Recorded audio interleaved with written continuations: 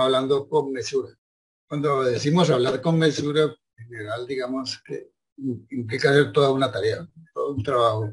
Como siempre lo enfocamos a nivel interior, a trabajo a nivel espiritual, porque quizá muchas veces en nuestra vida y sin ser muy conscientes nos expresamos de una manera tal que generamos daño en los demás. O a veces puede ser de allá para acá, que recibimos palabras de otros que nos pueden hacer daño y que después de mucho tiempo, aunque uno no se dé cuenta de haberlos escuchado, genera un impacto, genera un trabajo, digamos, de limitaciones posiblemente en los seres humanos. Yo recuerdo que estaba muy pequeño y muy a menudo escuchaba a un familiar que le decía a su hijo que era un bruto. Pero que usted es muy bruto, usted es muy bruto. Y yo escuchaba a ese familiar de adulto que repetía muy a menudo la palabra que era bruto. Esa expresión más bien. Él era un bruto. Y lo que yo creo es que esa información le quedó en el inconsciente y fue trabajando hasta hacerle creer que él era así. Entonces, ¿qué le pasaba? Que le generaba en esos momentos de frustración, de que quería hacer algo, de que no le salía. Él decía, yo, que yo soy muy bruto. Entonces, en ese momento lo que posiblemente le generaba ese sentimiento de mucha rabia, no sé hasta qué punto podía ser algo depresivo y otras tantas cosas. Angustias porque no podía hacer las cosas. Entonces, lo que uno se da cuenta es que el impacto de la palabra es muy fuerte. Y si uno se expresa pues no adecuadamente ante las personas, le genera mucho dolor.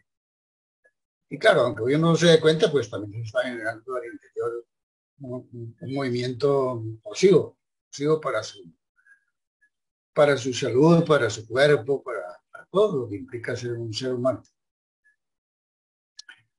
Pues hay muchas situaciones, ¿no? Diría que dentro de tantas y tantas situaciones en las que por nuestra forma de expresarnos generamos daño en los demás, es decir, qué es lo que pasa en ese momento. Que uno actúa de tal manera que no se piensa o no mide lo que dice y eso es lo que genera cierta molestia, digamos así. Entonces, dentro de todas esas situaciones, pues algunas pues, pensaba en este momentico que pueden ser relevantes. Por ejemplo, me resulta difícil entender lo que otro dice. Estoy hablando con alguien específicamente de un tema concreto, esa persona no se expresa bien, entonces yo le digo, ¿qué le pasa? Es que no puede hablar claro, que yo creo que a usted le falta es capacidad para expresarse. Que mírense ahí en esas expresiones. Estamos produciendo un daño, que estamos es atacando a la persona, le estamos diciendo que no puede hablar claro, que le falta capacidad para decir las cosas. Pueden haber casos como, por ejemplo, cuando uno da demasiados rodeos o alguien da demasiados rodeos para dar a entender algo que es breve. Pues hay una cosita que se puede explicar muy fácilmente y uno le da vueltas y vueltas y vueltas y vueltas. En esos momentos pueden surgir expresiones como, por ejemplo, ¿por qué le da tantas vueltas al asunto? Eso es muy fácil explicarlo. Esto lo puede explicar hasta un bebé. ¿Qué le estoy diciendo a esa persona en ese momentico? Aunque yo aparentemente piense que no le estoy haciendo daño, le estoy haciendo un daño. Muchas veces pasa que critiquemos directamente a una persona que expresó o expuso algo.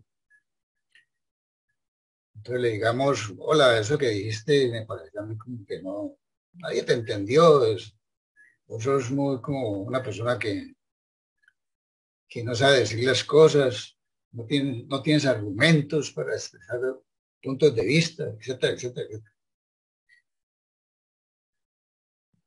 ¿Sí?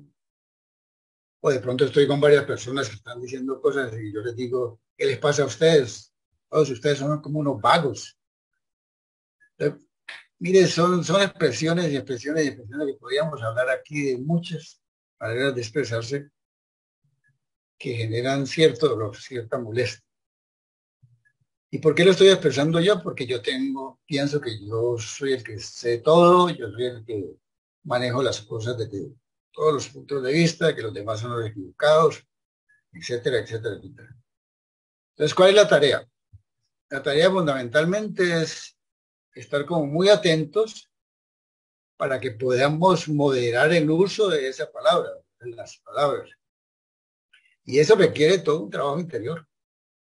Uno dice, no, es que sí, yo me voy a proponer hablar de una manera muy armónica, respetuosa, serena, tranquila, pero cuando llega el momento no sabe cómo hacerlo. Y para eso hay que entrenarse. Todo es parte de un entreno, todo lo vamos aprendiendo. Y cuando hablamos de ese entreno, hablamos de un trabajo al interior de nosotros, y eso es lo que hemos llamado siempre trabajo espiritual.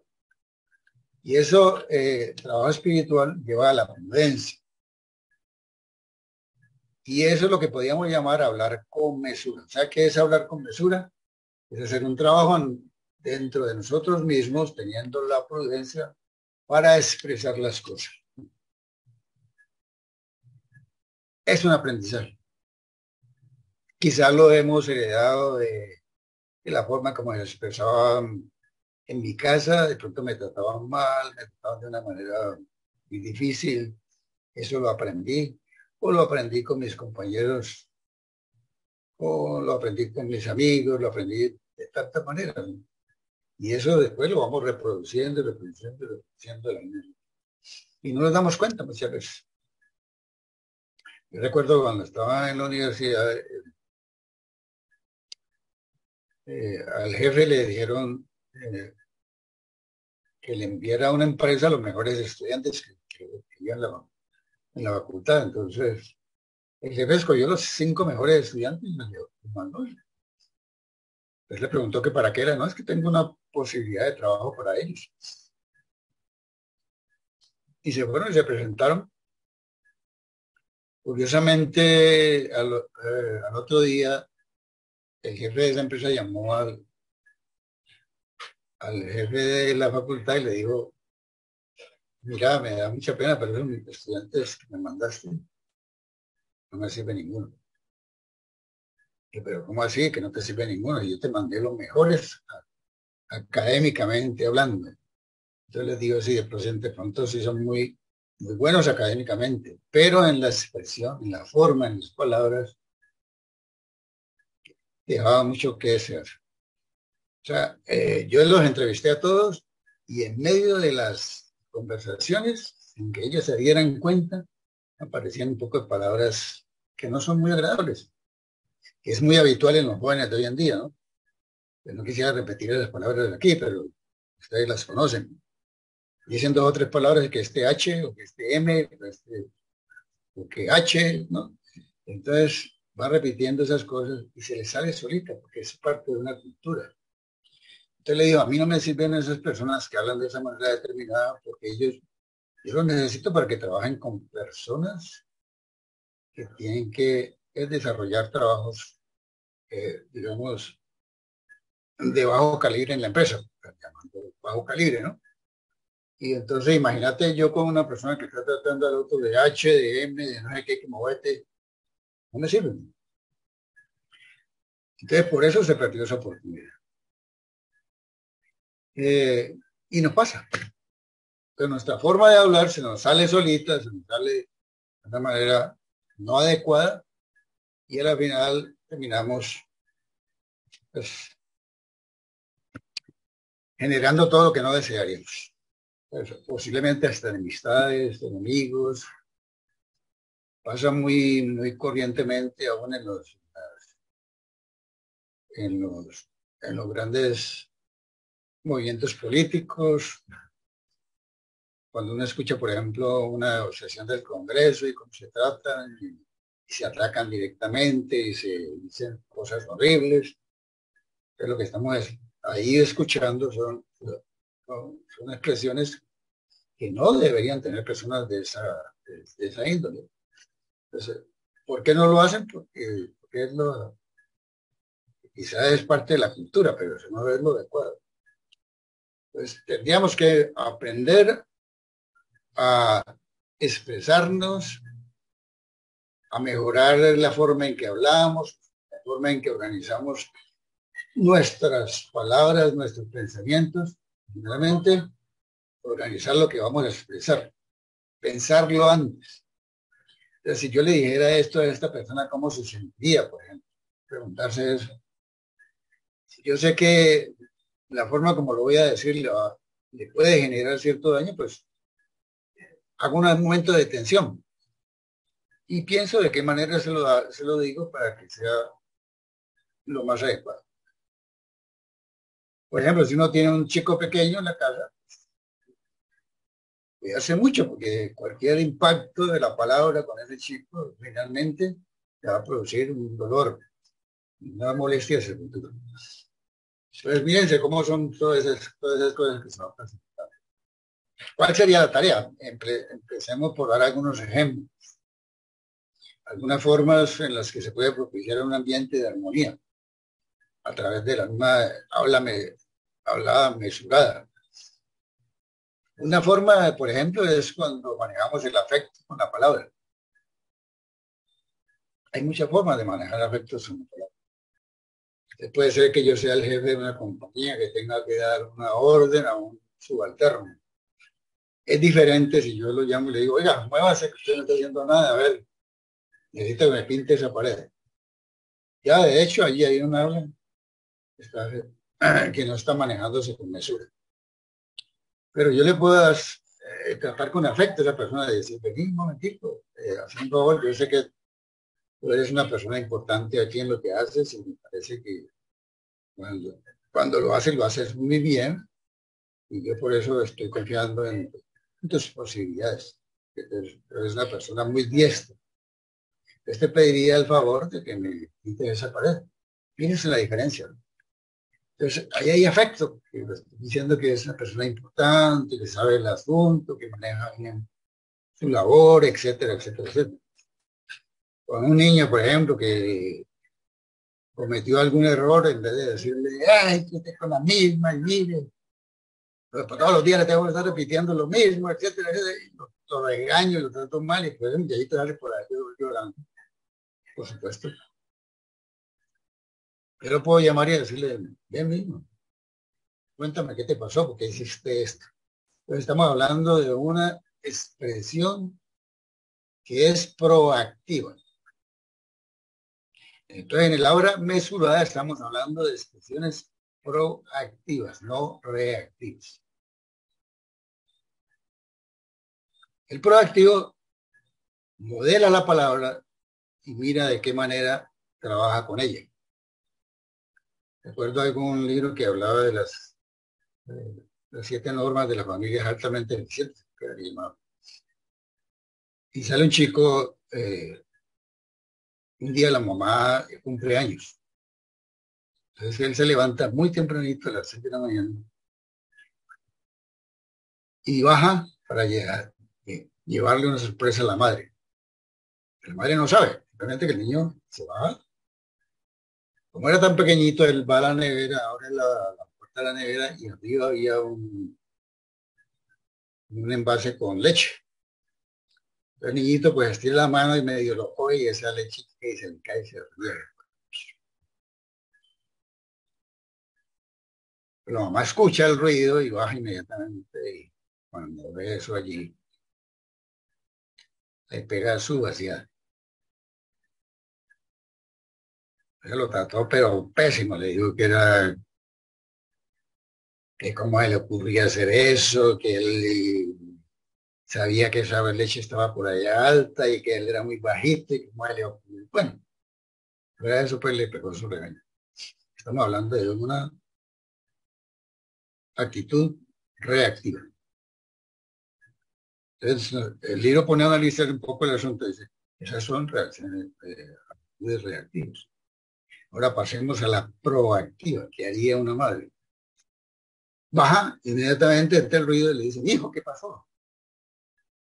¿Qué pasó, mijo? ¿Qué te pasó? Entonces el niño le dice, madre, lo que pasa es que yo te quería dar una sorpresa, tú que estás cumpliendo años hoy, quería coger la leche Y esa leche no la cogí bien y se me cayó. Y, y a la final se regó por todo el piso. Pues la madre le da abrazo y le dice, no te preocupes, niño, te agradezco mucho tu intención, lo que vale es eso, lo que tú querías hacer conmigo, y es maravilloso, yo te amo mucho. Miren la diferencia. Entonces estamos hablando de una reacción o una actitud proactiva. Es la diferencia, ¿no? Entonces, lo reactivo, nada de mesura existe en la palabra. Lo proactivo se maneja con afecto. Esa es una forma, el afecto en las palabras. Bueno, y habrá otra serie de ejemplos, pero tratemos de ser muy afectuosos. Que siempre, cuando uno dice ser afectuoso, no quiere decir que te digo mi amor, mi querido, no, sino que se lo manejo de una manera tan armónica que esa persona no se siente agredida. Existen otros campos, como por ejemplo en los ambientes de armonía, en formas proactivas, en donde damos alternativas a las personas para que expresen las opiniones diferentes. Hoy en día eso no es tan fácil, ¿no? Nosotros escuchamos opiniones tan distintas y a veces nos identificamos tanto con la que tenemos que no damos pie a que otra persona opine de otra manera. Entonces, cuando yo doy esa posibilidad de que se evidencien opiniones diferentes, opiniones distintas, y estoy atento y estoy escuchando, me estoy enriqueciendo porque de pronto me mueve o me abre un campo que yo no había escuchado, no había visto. Eso es bastante difícil hoy en día, ¿no? No es tan fácil manejar esas situaciones. Pero, como decimos en este momentico, a través de eso se pueden abrir vías a la comprensión. Pero eso son argumentos, ¿cierto? O sea, le abrimos la posibilidad de que el otro opine, pero con argumentos. No es la posibilidad de que el otro opine a través de los ataques. O me pasa a mí mismo, que yo lo ataco porque dijo lo que dijo. Estoy atacando a la persona, no estoy atacando los argumentos. Estoy mirando argumentos diferentes, ¿sí? Pues poniendo argumentos diferentes, muy bien. Entonces pasa muy a menudo. Una persona dijo algo, es un desobligado, es un ladrón, es un asesino, es no sé qué. Y decimos cantidad de cosas. ¿Nos costa a nosotros? Posiblemente no. Estamos repitiendo la información que hemos recibido. Y eso es gravísimo. Los medios de información se mueven mucho de ese nivel, ¿sí? Entonces, qué tan interesante es que pueda uno escuchar argumentos válidos de otras personas ante los argumentos que uno plantea. Y entonces a través de eso nos podemos enriquecer. Entonces todo esto está propiciando un campo en donde se habla en forma clara, en donde se habla de una manera amorosa, donde estoy expresando palabras que puedan entender, que las otras personas me entiendan, hacerlo de una manera muy sencilla, muy práctica, con frases cortas, pronunciando las cosas con claridad. Es decir, tratando de manejar todos esos elementos para no complicar el contexto. Muchas personas dicen, no, yo estuve en una charla y eso no entendí nada, el señor habló de una manera tan rara. Decía frases que yo no entiendo. Ahí no hay una habla mesurada, porque aunque yo me trate de mostrarme como una persona muy elocuente, que sabe demasiadas frases rebuscadas, lo que propicio es que en el oyente haya una molestia. Mírese, aunque no estoy diciendo nada raro, estoy diciendo palabras muy rebuscadas, se presenta una molestia en el oyente. Entonces, por eso es tan importante también hablar, como decíamos, de una manera muy clara, muy sencilla, dejar de hablar cuando ya uno expresa lo que quería expresar, así no trata de darle vueltas y vueltas y vueltas, tratando de convencer al otro, absolutamente. Y si de pronto encuentro a alguien muy callado, puede pasar, estoy en una reunión y a veces podemos agredir a alguien, ¿no? Una reunión a un familiar y bueno, que hable fulano de tal, que es el que habla, ya lo estoy agrediendo. ¿Qué le pasa? Que es que está ahí sentado y no decir nada, ¿no? Y le puedo dirigir de una manera amistosa a alguien que se está muy callado y de pronto a través de una manera muy precisa, muy cercana, lo puedo estimular a que participe. Y puede suceder, ¿no? Entonces esa persona puede ser que esté pasando por un estado difícil, está por ahí ensimismado en problemas, y de pronto en esa situación donde lo estimulamos, logramos sustraer un rato de esa vivencia y se ponga a tono con el momento, porque es lo importante, ¿no? Viva el momento, viva la experiencia que tiene al frente y es vivir plenamente. Entonces, en otras palabras, siempre toda esa serie de ejemplos buscan es que hablemos con cortesía, que hablemos con respeto. Y eso es muy importante. Ahí es donde estamos trabajando, digamos, en el campo interior. Me estoy revisando. Pero una buena norma es eso. Antes de expresar algo, detengámonos un momentico y pensemos, lo que voy a decir puede generar alguna molestia. Esa es una labor que hacemos, digamos, en el campo espiritual. Muchas veces decimos, antes de actuar, piense cómo se sentiría después de haberlo hecho. Antes de actuar, piense cómo se sentiría después de haberlo hecho. Yo lo llevaría, antes de hablar, piense cómo se sentiría o qué produciría con las palabras que va a emitir. Y esa detención por lo menos me pone a trabajar con la fuente del corazón, o sea, con el deseo de amar, de dar, de respetar, de pronunciarlo mejor. Bueno, entonces si todo eso lo vamos trabajando, y por supuesto lo llevamos a la meditación, ¿sí? Yo me doy cuenta que hoy pues dije las cosas muy duras con alguien, que de pronto te pase lo mismo con esa persona, o en casa, que siempre tenga modalidad de hablar duro con alguien, específicamente, pues lo llevamos a la meditación como un proceso de trabajo. Lo reflexionamos, lo ponemos allí, le pedimos a la fuente divina que está en nuestro interior que nos ayude a trabajar con eso, a moderar, a cambiar. Y eso es un proceso de aprendizaje. Entonces, vamos logrando aprender a manejar la forma en que nos expresamos. Si eso sucede, pues van a aparecer muchas cosas interesantes en nuestra vida que antes no aparecían. Por ejemplo, puedo desarrollar la capacidad de ser muy sintético, o sea, tengo capacidad de síntesis cuando voy a expresar algo. Hay personas que dan y vueltas y vueltas y vueltas para decir algo que al final uno dice, bueno, piensa uno, ¿no? ¿Qué quiso decir? No le entendí demasiado. Y de pronto, con una frase muy pequeña puede dar a entender la situación. También aprendemos a través de ese manejo de parar, de pensar, de analizar. Comienzo a ordenar mis pensamientos. Porque esto lo voy a decir así un momentico. Inmediatamente en ese instante, como estoy deseoso de hacer las cosas distintas, me surge acá una manera más adecuada. Esta palabra la voy a cambiar por esta. Porque yo no sé si esta palabra me la puede interpretar de esta persona de una determinada manera. Bueno, son procesos de aprendizaje, no es tan fácil. Eh, y bueno, si de alguna manera estamos acostumbrados o no acostumbrados a hablar en reuniones públicas o en reuniones familiares, pues vamos a mejorar la capacidad de hablar en público. Una persona no dice, uy, ¿qué le está pasando? ¿No? Una persona que siempre se expresaba así tan fuerte, ahorita lo veo como más sereno, más tranquilo, más asequible.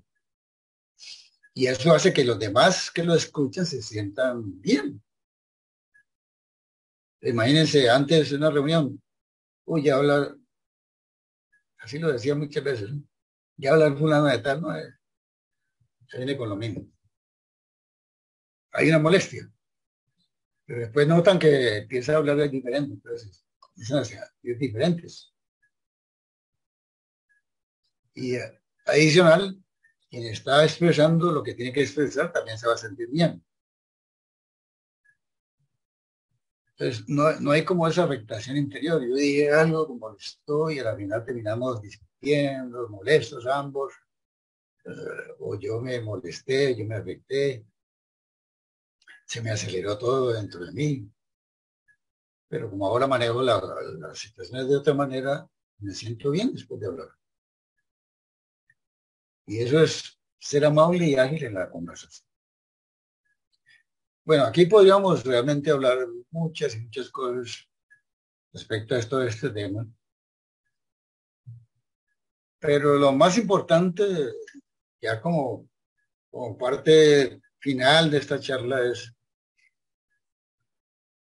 pensemos en todo lo que hemos hablado, que es el habla mesurada, siempre medir lo que vamos a decir, siempre trabajar con respeto y cortesía en el modo en que hablamos, en el modo que nos dirigimos a alguien, ser muy amoroso en la palabra. Que cuando lo manejamos de esa manera lo que estamos expresando es nuestra participación interior con quienes nos rodean. Yo no quiero afectar al medio, yo no quiero afectar a mis seres queridos, yo no quiero afectar a una reunión de trabajo, yo no quiero afectar absolutamente a nadie. Y eso me lleva a percibir la realidad de otra manera, porque seguramente antes estaba ya predispuesto y ante las situaciones me portaba muy negativamente. Entonces, eso es mejorar también el ambiente de lo que estoy viviendo. Y por otro lado, ese hablar con mesura lo que nos lleva es a hacer de la conversación un medio de mucho nivel, un medio muy apreciable para que podamos adelantar en nuestro proceso de desenvolvimiento interior. Entonces, aunque uno aparentemente piense que la palabra nada tiene que ver con el trabajo interior, sí tiene mucho que ver, porque nosotros nos desenvolvemos a través de pensamientos, a través de la expresión oral, ¿sí? A través de gestos, a través de miradas, a través de actitudes, a través de muchas cosas. Y la palabra tiene poder. Por eso dicen en el caso de la creación, el verbo, ¿no? El verbo se hizo y fue fuerza. Y cada vez que nosotros expresamos algo con buena energía, eso produce un impacto. O sea, la palabra mueve. La palabra mueve. Nuestro fundador, que era el señor Santiago, decía, la palabra mueve, el ejemplo conduce. O sea, si bien la palabra va a mover, el ejemplo en que yo expreso a través de mis expresiones y habla mesurada, conduzco a que el ambiente, a que la sociedad, a que el mundo sea diferente. Y decía finalmente, pero solo el dar se transforma. Porque yo puedo ser muy consciente de cómo tengo que hablar. Yo sé que el habla mesurada es muy importante, que las palabras valen, que tienen impacto. Pero solamente cuando lo hago efectivo, cuando me doy y lo practico permanentemente, en ese momentico estoy realmente transformando. Por eso siempre decimos trabajos operativos, ¿no? Entendemos y apreciamos y comprendemos lo que tenemos que hacer. Y hasta ahí estamos bien. Pero falta la fase más determinante de todas, es la fase operativa. Lo que aprendemos lo llevamos a término, en buen término. Y es muy importante, ¿eh? Pero ahí está el adelanto del ser en cuanto a su proceso de desarrollo.